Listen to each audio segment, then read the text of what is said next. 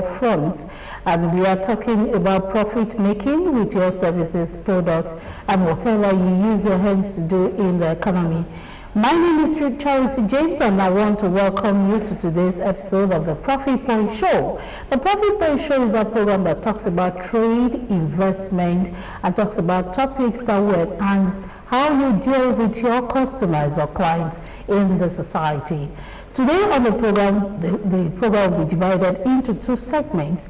The first segment is a business review segment. We talk about topical issue in the economy. And the second segment is where we talk about vocational skill, how to use your hands to do something meaningful and make income and impact in the economy. Welcome to the Profit Point Show today. Now we'll go for this short break, but we'll come back. It will be time for us to have our business review segment of the Profit Point Show. You're welcome.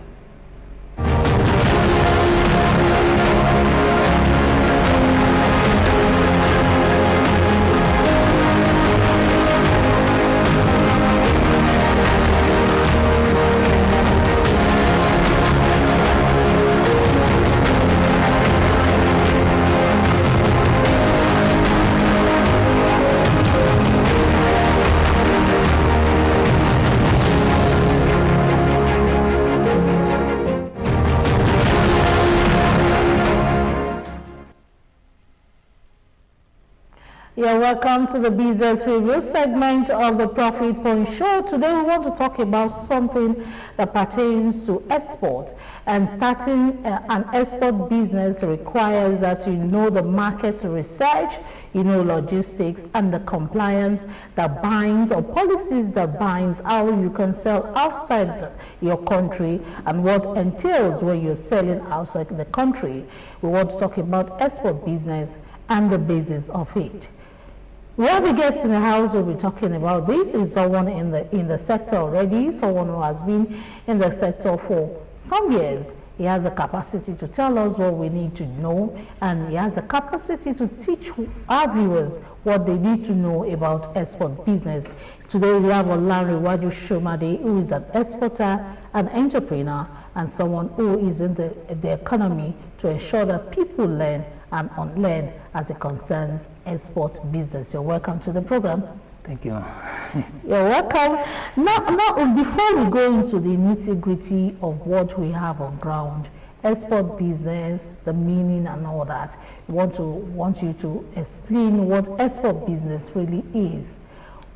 Why do you go into export business? What are the things that could make you go into the export business, and why and how should a person who is going into the export business, how should they equip themselves? So let's know what export business is. Good morning to the great people of Ogun State. I can say the iconic state. Why do I call it iconic state? Is because it's a state that births the great icons like our own, the late sage, Chief Obafemi Awolowo. Okay. So the person like our own, I can say our own father, the former president of Nigeria, and the person of Chief Olusegun Obasanjo. And so on and so forth. Now, I will now, let me first of all start by making us see the benefits and the opportunity in exports, so that we all know how we take exports very serious. You know, it birthed from maybe the era of 1952 and 1959. Okay. If some of the things I do wonder in the life of Chief Obafemi Awolowo is how he was able to raise money to build the former Western region. You understand? Now known as Southwest. You know, how the great accomplishment of that man between those eras, it still surprised me that 7 years he was able to do. Let me first of all break the point down. The house at Westminster in London, you know, is bought by Awolowo. Okay. And the house at Alfaj in Saudi Arabia, where we still used to be for the pilgrimage to Saudi Arabia. It's bought by Awolowo, by Chief Obafemi Awolowo. And the cocoa house was built by him. And another thing that surprises me is, what is it called? How the man was able to sponsor free education. Okay. You understand? But come to school for free. Something should come to our mind that the man is actually paying the staff. I was able to raise the money. And the exact thing I know then that they were actually, the major export product then was cocoa. So which means that the man was able to raise the money by which he did those great exploits from cocoa export then. So that shows us that cocoa export is what? It's a lucrative business. Just that we have deviated from it. That shows us that export alone has capacity to give us exactly what we want in Nigeria. But just that ever since the emergence of what is it called?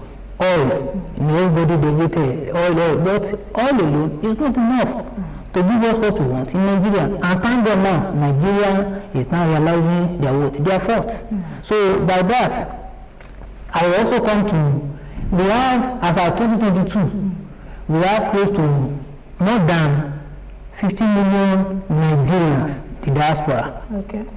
If we have 15 million in the diaspora, I'm very sure of one thing, that they want to eat Nigerian food. Assuming on the average, each Nigerians that are abroad want to spend maybe $2 per day on Nigerian food. On Nigerian food. Now, exported out of Nigeria. Yes, Nigerian food. If they are to spend $2, that shows us that multiply 2 by 15. That is what? 15 million. Multiply 2 by 15. 15 million multiplied by $2. That shows us that we are going to get $30 million every day, full stuff alone. And that's the population of Nigeria in diaspora in 2022. And I'm very sure maybe in a year 250,000 Nigerians are going Japan. So multiply 30 million by 31. That shows that from food stuff alone we'll be realizing $900 million. Okay.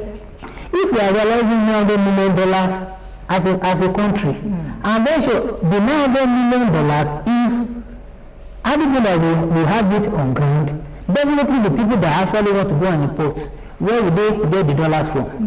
Definitely they will also come and get the land that we have on ground. As a result, we will need to go and be buying dollars again. So that means invariably export and duties and export policies are not really helping. We have dropped from the real policy that should help export, or we are doing well in that sector. Exactly. We are dropping it. To me personally, I would prefer government look into exports maybe maximally. Okay. Because if food stuff alone, I'm talking about we are generating 900 million. You know, if importers exactly want to go and maybe they want to import, definitely they will go and buy dollars at the black market rate. You know, at the black market rate, definitely we still have to pay more.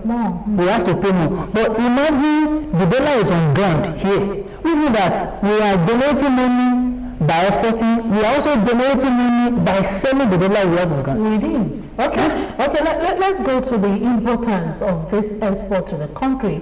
When you were giving your analogy, you spoke about the late stage Awolowo doing some things with export money in the country. So why do you think export business should be viable? If you think it is not viable, why should you think we should put more effort? And the effort, what effort should the Nigerian government or people who are exporters put into the business so that it can benefit everybody?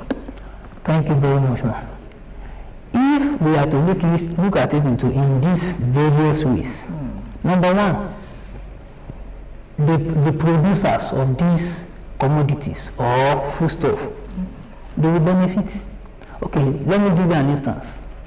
You know, earlier I said the cocoa stuff went from 90 million naira to 40 million naira, which means that the producers on their own will generate 40 million naira.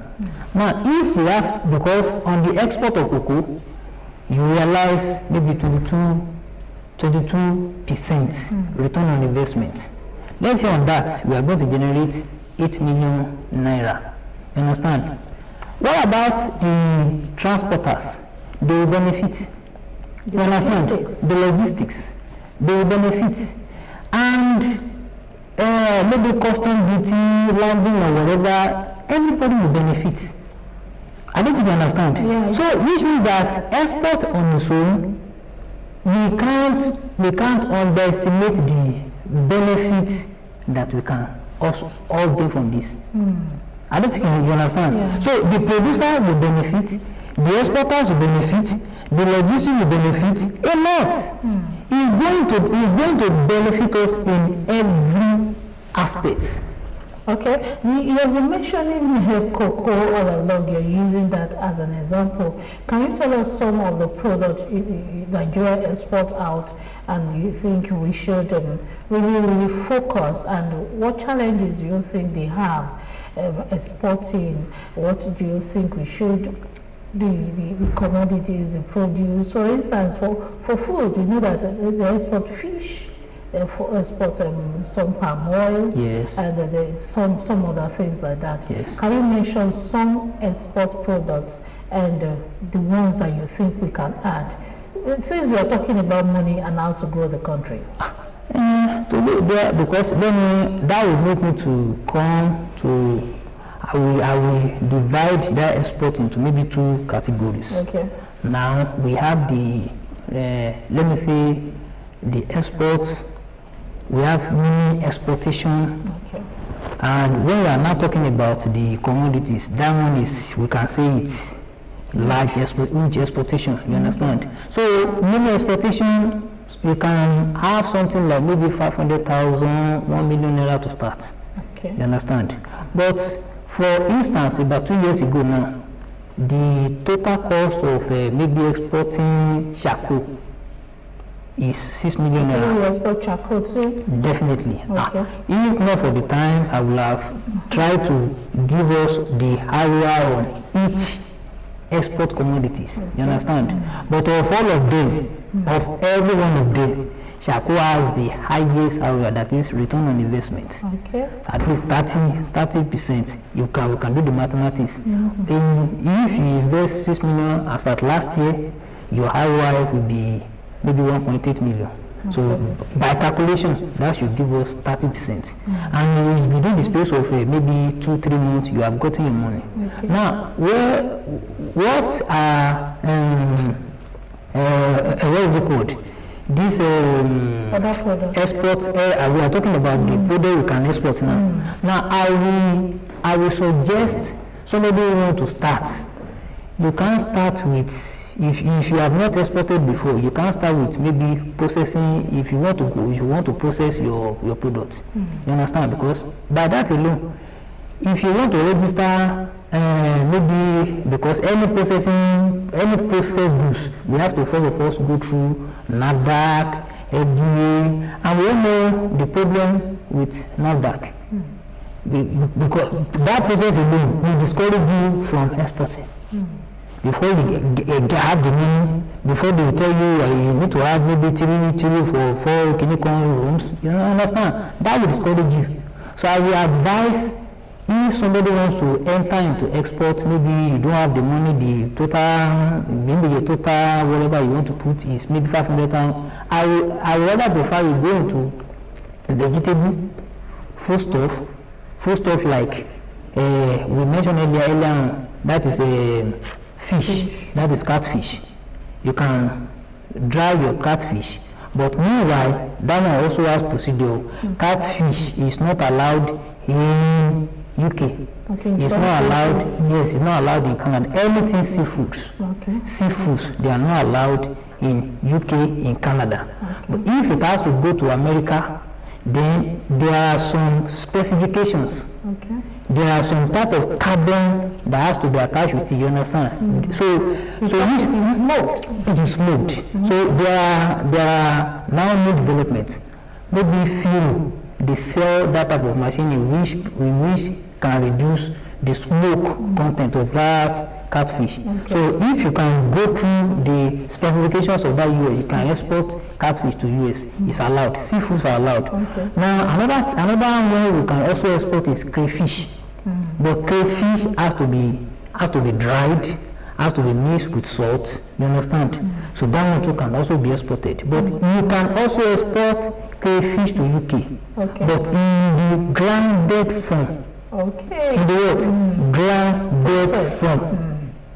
Can I say let's say process. So mixed with salt. You can export that one to UK.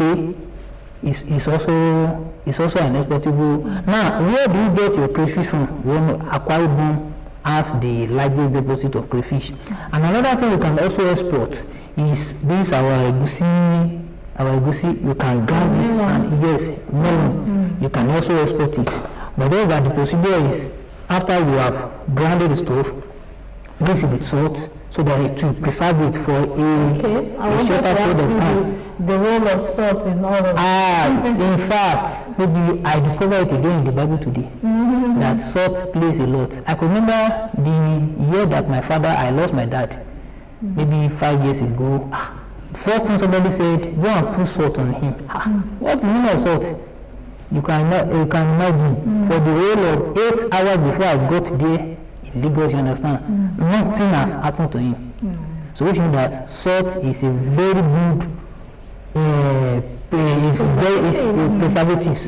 Okay, let's talk about the requirements. Now we are talking about exporting, and for someone who wants to export, that means you must have gone through some requirements, and that means your documentation must be intact. So what are the things that you must have, the papers you must have, the offices that must stamp your product? Or is it that you just do everything in the corner of your home and you export it, send it to people that you want to send it to? So what are the procedures or the documents that you must have before you start the business or before you start exporting? The documents, I can assure you that they are much. Okay. But let me start from if you want to export, maybe it depends on the normal kg of what you want to export. Okay. If what you want to export is not more than 100 kg, you don't need any documents. Okay. You don't need any documents. Maybe I can even say if it is less than 1 ton safe, you don't need any documents. But if it is going beyond 1 ton, then that's where you see that Nigeria notice what you are doing. Okay. They will easily come for you. Why are you not doing this?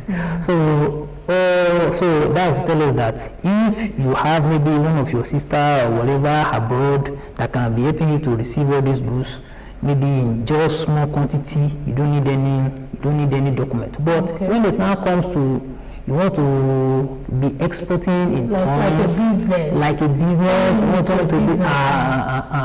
number one, you need to register with Corporate Affairs Commission, that is the CAC. Okay.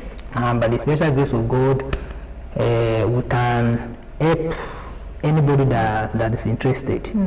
So it also depends on what is your shared capital. Because shared capital also affects the way buyers will look at you. Okay. If your shared capital is less than $1 million, buyers will not take you serious.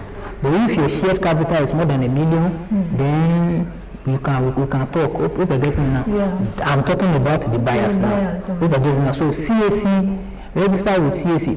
But now if you have to register with CAC, it shouldn't be enterprise. Okay. There is no between enterprise and limited liability. or we say incorporation. Okay. What you're getting now. So it has to be what? It has to be what? Incorporated. Okay. So CAC, limited liability, like for my own company now, Sublocon International Limited.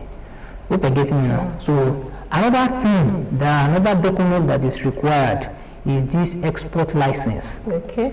That export license gives you guarantee that truly you want to start exports.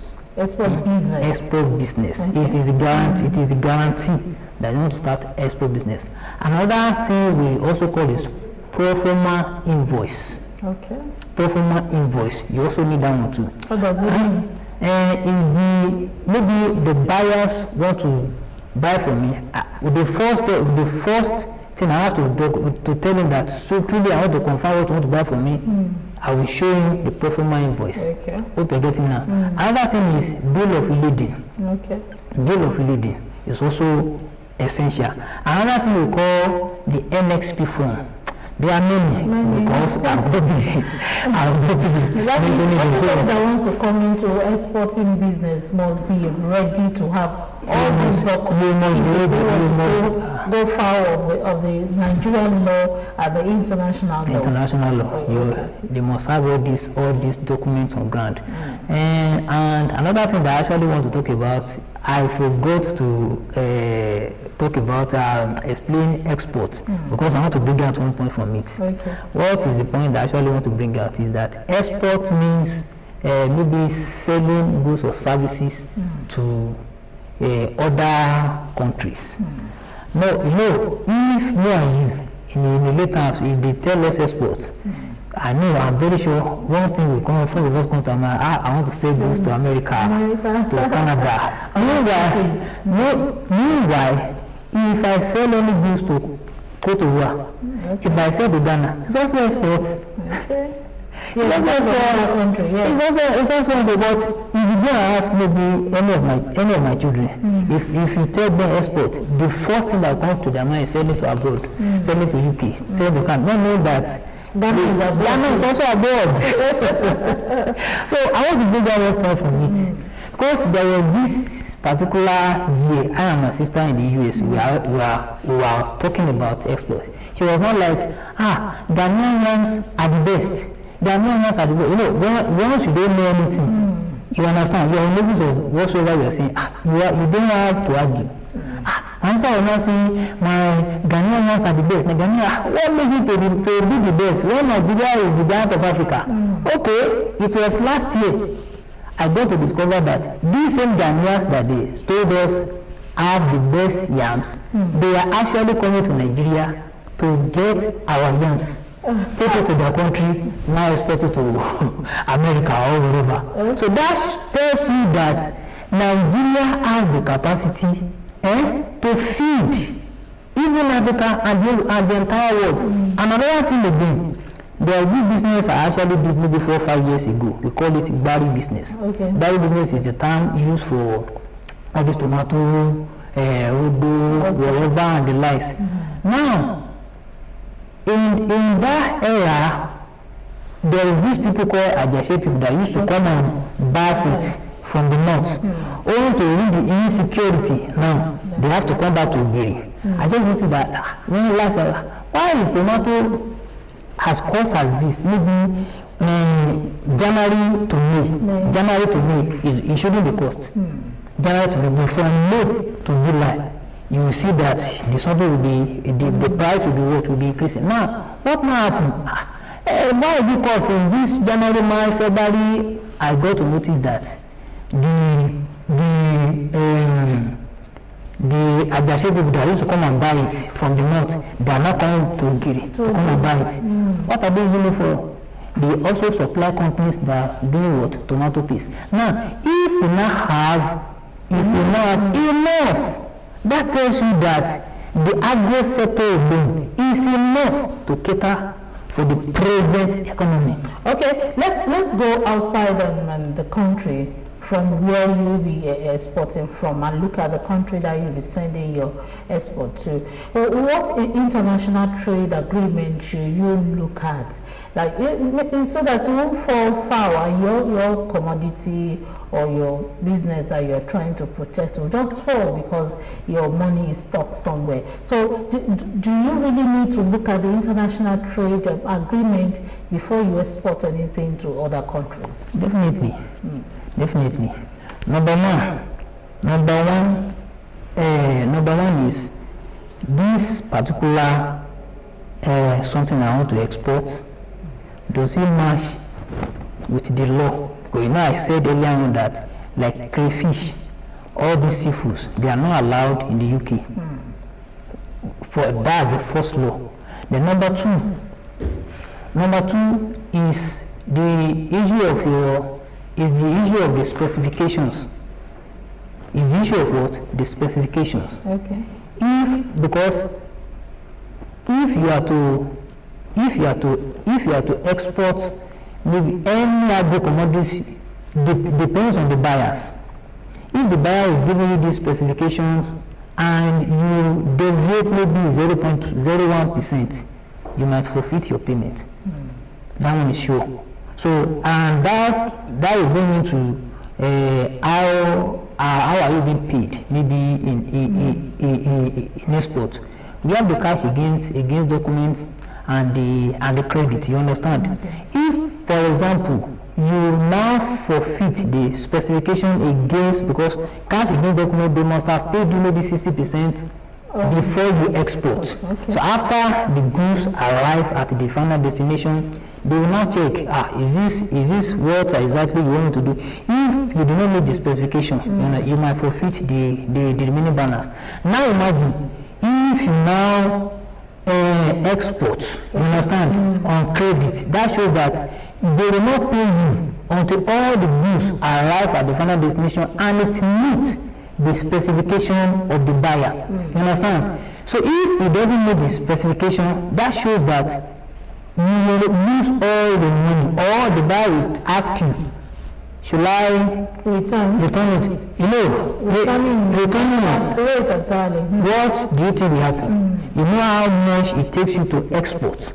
Now they want to return. Where will you sell the goods? You want to buy it from you in Nigeria. You understand? So those are the I can say those are some of the things, the mitigations that need to be met.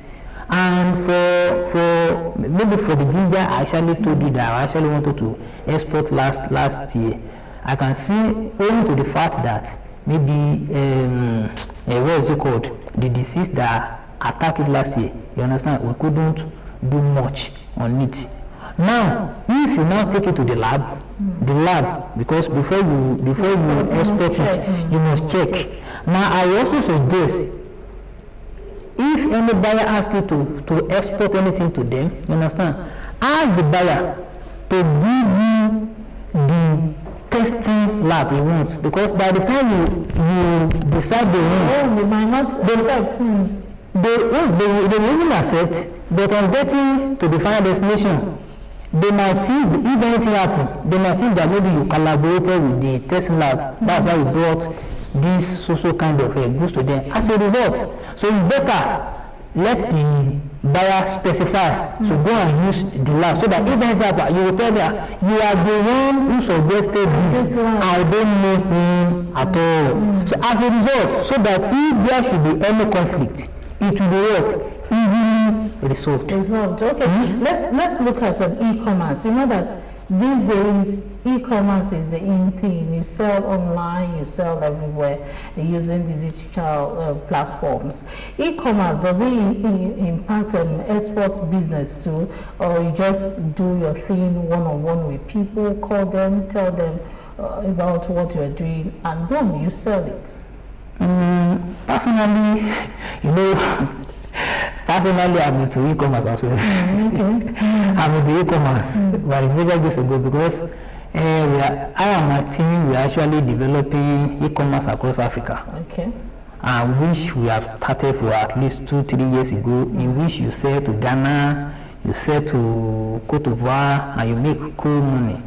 pull money from it, yes. Another thing I want our great people to understand is that if you want to do e-commerce in Africa, think of e-commerce in Zimbabwe. Why?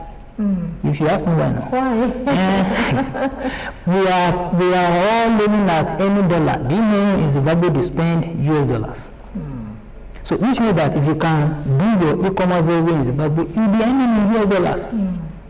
So I suggest e-commerce a lot, but the reason why I will not deviate from exports, you understand, is if we have e-commerce to our normal export, we have no money. I'm more rich.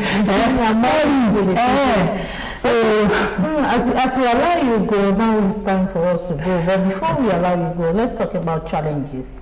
There's no business does not have the risk attached to it, or the challenges that comes with doing that business at all. So let's know the challenges, the risk, and how you think you exporters overcome it when they come, and what are the strategies that you use. I will. You know, okay, like maybe just of recent, I just stumbled on all these, what is it called? How will I put it to this online trading? Okay. That is a forex. Okay. If the knowledge I have about forex now, I have it maybe 10 years ago, I would have gone far in forex. Okay. Because what they picture to forex is hard. Forex is this. You can even lose your money. But I now come to my realization that the first time I did tomato business, instead of winning or gaining maybe 100,000, 120,000 at a glance, I was happy. I started pricing a car down because I mean, because I have seen this now. My first trip is 120,000. Okay. So second trip. So how long will it take me to raise the money to buy? You understand? It's not between us. Right. How much is your car? But when I lost 21,500 naira. Should I, because of that, now stop the business? No. But the only reason why I stopped the business was for the fact that the guy that was doing the business with me was not that faithful. Okay. So I had to stop. So which means that what I want to bring, there is no business that doesn't pose one risk on the other. Okay. But just that number one thing is the heart with which you're going to and any business that proves to be more risky is the business you don't know about. So the first thing to mitigate your risk is to know about it. To know about it is to know about it. And I just even discovered that instead of going to meet buyers, you'll be preaching to buyers. First of all, know the pain point of the buyers. As a result, use them to enter in. You create solution. Exactly. That reminds me of, this is the 10th year I was in a hotel. The very first time I was in the hotel, I was like, in fact, my somebody like me, I used to pray and they were like, I have something of business. I started pricing Linux. This is the car I want to use. Because a hotel, to go and build a hotel, it's not easy now. So on getting there, I was like, in fact, I'm into business. On getting there, I now met with the purchasing officer. The purchasing officer now said, how much do you want to be supplying your ego? I said, 750. She told me 650. You know, for me to have the stupid confidence, tell her, even from the farm, you can't see egg at that price. What will not give you the other, like, you're pricing that much for me? Come out of it. Not until when that same thing happened in Intercontinental Hotel Lagos. It happened. It was not until when I got to Unilag, I now call one of my brother that what is happening? People are not buying. He now said from farm that the egg is 550. I was like, that means you didn't do your market research. I didn't do my market research very well. I didn't do. So the same thing also applies. It also. Now, I want to tell you another thing. There was a story of one of my boss. You understand? So the man said he wanted to go and he just went to Ondo to go and confirm his cocoa product he actually want to export. You can't imagine on getting there. Let me just check. Under they put the sellers put stones under. They now use cocoa to cover the top. Imagine if this man does not go and check and eventually they export this thing to the final destination, what do you think will happen? They will just deny. They will deny. All right, we need to leave, and it's been a great time for you explaining what export business is and what people should prepare themselves for if they want to come into the business. Thank you so much, Olariwa. Yes, ma'am. Thank you, for coming on the program. Thank you very much, ma'am. All right, it's been a great time on this fourth segment of the Profit Point Show. We will come back after this break. It will be time for us to have the sectorial segment, but on the segment we'll be educating ourselves also. See you after the break.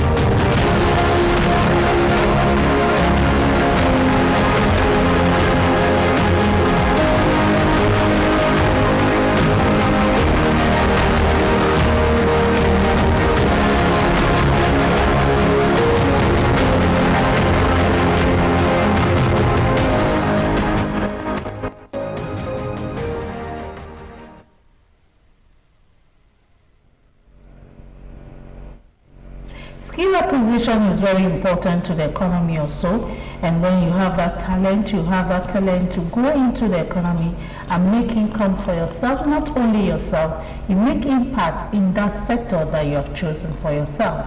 And that is why we come on the second segment of the Profit Point Show every week to talk about the importance of skill acquisition, of vocational skill to the economy. Today we want to talk about the importance of youth involvement in entrepreneurship. Why is it very, very important for youth to come into the entrepreneurship or the sector and make impact in that sector? So today, to talk about this topic with us is Tofumi Oshunkoya, who is an entrepreneur, someone who is into that selling and buying atmosphere.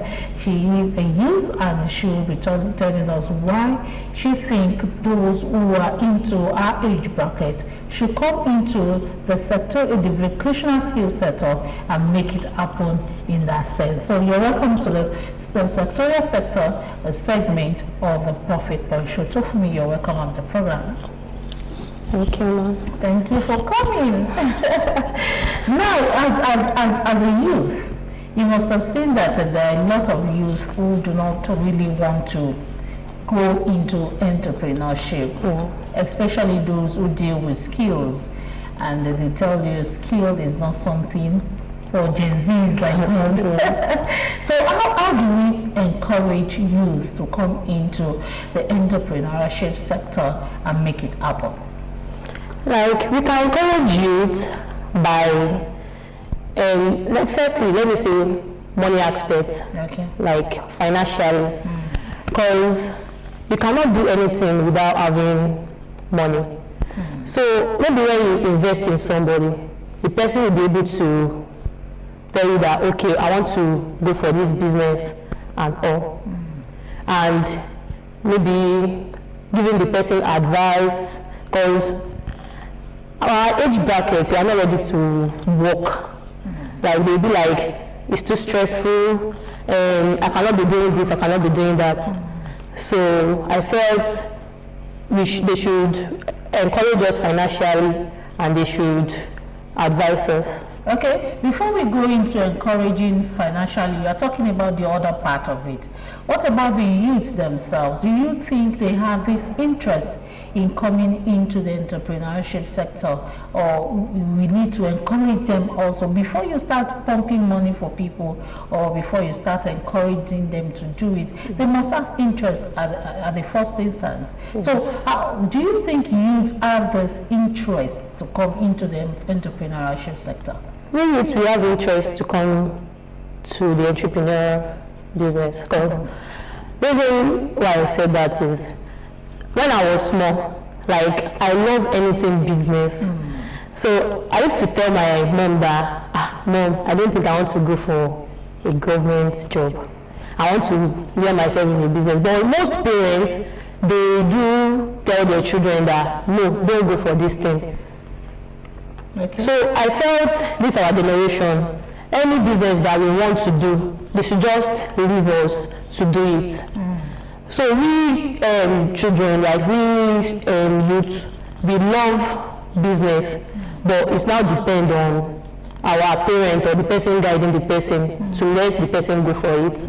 Okay, let's talk about the long-term benefit of it, because if you're going into a sector and you do not have the future aspiration of that sector, it could cut your interest on that. What do you think are the long-term benefits of going into the entrepreneurship sector, and how will it enhance the person first, enhance the economy, and enhance your pocket is also essential too. So let's talk about that. So I think if you want to check about the person must have interest. The number one thing is interest. Before you say that, okay, you want to enroll yourself into it, you don't rush to it. You don't rush into it. Like you have to have the interest of doing it. So if you don't have the interest, you just do it for a short time, and you won't even bother yourself doing it at all. So I just felt you having the interest to do that thing is very, very essential. Okay. Now let's talk about the skills. The skills that you think can catch the interest of youth. The skills that you think can drive the economy. The skills that you think the youth will be really, really interested in, and with that they will grow and become a very solid person on it. Now we know that there are fashion designing all over, there are barbers all over, but people are saying no, we don't want to go that route again. There are tech skills now, there are other skills now. So do you think tech skills is okay for youth to drive the economy, or we need other skills too? We need other skills too. Aside from all these maybe barbing, salon, hairdressers and all, like people should also consider going into all these local stuff that has gone. Like we need to, like I do with local countries, like people want to buy, people want to get from me because, okay, it has been long that they've tasted this product. So, and I believe that before we say that we want to let people know about the skills and all, like we have to let all those people that have the idea to teach those that they don't have the ideas. So I think that will also help. It's not like we should be talking about skills and all, and we are not even trying to play the roles. So I think we should introduce many skills aside from those things, because those they are common already. Like we should just lay ourselves in different skills. There are many skills that are out there that people don't even venture in them. And can you tell us some? Like I make coconut candy, all these coconut chips. Like people don't want to do it because of the stress. should we talk about how market is rising? And he looks old schoolish. It's because, but the fact that people will be like, if you see it, you'll be like, wow, it's been long I take this thing. Can I just have a taste? There are some people that even tell you that, since primary school, I've not tasted this thing, that they want to buy, no matter what, they want to buy, because it is food, and food is very, very essential to the body. You want to eat. So, and aside from that, I took another product with it. Should not be coconut only. So I make plantain chips, I make coconut candy, condensed sweet milk, I make other products too. I make chin chin, and I think it's very crunchy. So you have to, not like I'm advertising, but at the same time, if you want people to know about your business, you must tell them what you are going through. So I think if we tell them that, okay, this business is good, come to it, I can't just say, there are plenty areas, as you said earlier, there are plenty shops, you can enter anywhere, it's just like, it's now competitive. But if you check other businesses, like you want to be like, wow, it might be very stressful, but at the same time, you make your money. Okay, now let's talk about the involvement of schools or universities or colleges in teaching entrepreneurial skills. Do you think schools should get involved in teaching young people on entrepreneurial skills at all, or it is left for you as a young person to choose what you want to choose and run along with it? Do you need the government or the schools to start telling you have to do this skill, you have to do that? Is it necessary? It's very, very necessary, because in today's life, we used to believe that if you don't have a business, to even get maybe a government job is not that easy. So you must find something to do. And I would want to tell maybe schools and universities that they should try to encourage entrepreneurial, because, and they should tell them in the line of telling them how to make skills and all, they should also tell them to take risk. Okay. They should be able to take risk in every business. So, because they will be like, because I lost, I will not want to do it again, which is very, very wrong. Which is very, very wrong. Like, there will be some times that you have a gain, and there will be a time that you will lose. So you don't have to say, because, okay, I'm losing, let me back off. So school should teach them that, okay, there will be a time that you will lose, and there will be a time that you will gain. And I school at Federal University of Agriculture, FUNAB. I'm in my final year actually, but during my 400 level days, we call something FPY, which is final year farm practice year, sorry. So during the time, they taught us how to breed animals. Is it poultry units? We breed our animals, we go to archery units and whatever.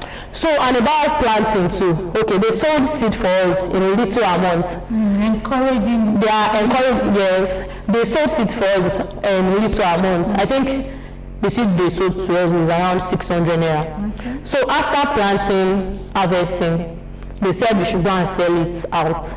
Which I think I made around 6,000 naira. You return the money to the. So I will return the money. I think there is. They said we should pay 1,000 naira to this for the seed. Seed, okay. So we remitted the amount inside school.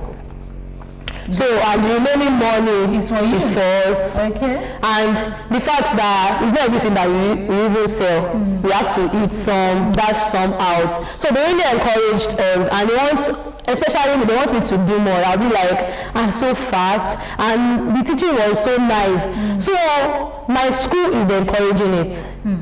They are really, really encouraging us, and we are even studying entrepreneur as a course.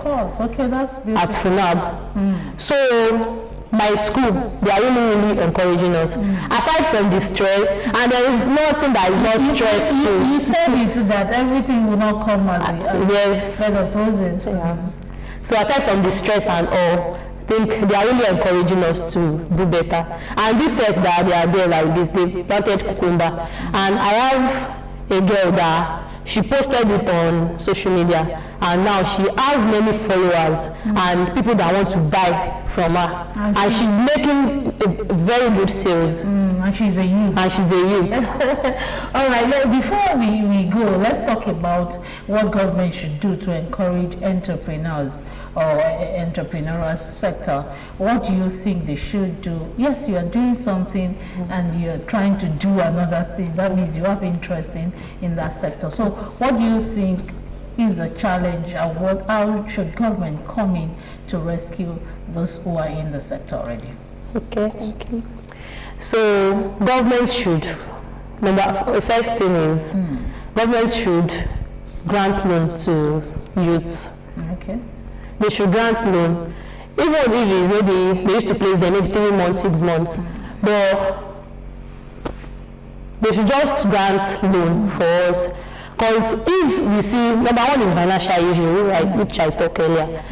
If we are able to get the money, are we able to get the things that we needed that time, like we'll be able to, they really encourage us, and maybe sharing of pesticides, like they should build, if it's like a room for, like they should encourage people and they should teach people how to make skills. So I think teaching is also part of it. Maybe when they call everybody together and they tell us that, okay, this is how you go about it, this is how you use this. It's not like they just give out the loans, and maybe they give out the pesticide or they just give it out and leave. They should teach, they should educate people how to use them, because it's not, we should think about those that they are not literate. So I think that will help too. Okay, as you go, your word of advice for youth, especially on skill acquisition. Okay, I will advise everybody that do whatever you know how to do it well. Don't try to be like, because it's stressful or because I'm not making my money, yes, let me just relent. I will advise everyone that don't, anything you are doing, like it doesn't stop. Learn it more and be consistent. All right, thank you so much, Ofumi Oshukoya, for coming on the program and talking to those in your age bracket. Thank you for coming. Thank you so much. Yes. And that will be all on the Profit Point Show for today. But before we allow you go, don't forget that you can place your advert or be a sponsor of any of the programs on OGTV. If you want to do that, you call this number 0803 3960423. That is the number to call if you want to be a partaker or a partner on this program and other programs on OGTV. Until next Thursday, we will come your way. We promise that will come to you with educative sessions on the Profit Point Show. Until next time, be impactful in your sphere and be a good person in the country. We'll see you again. Bye-bye.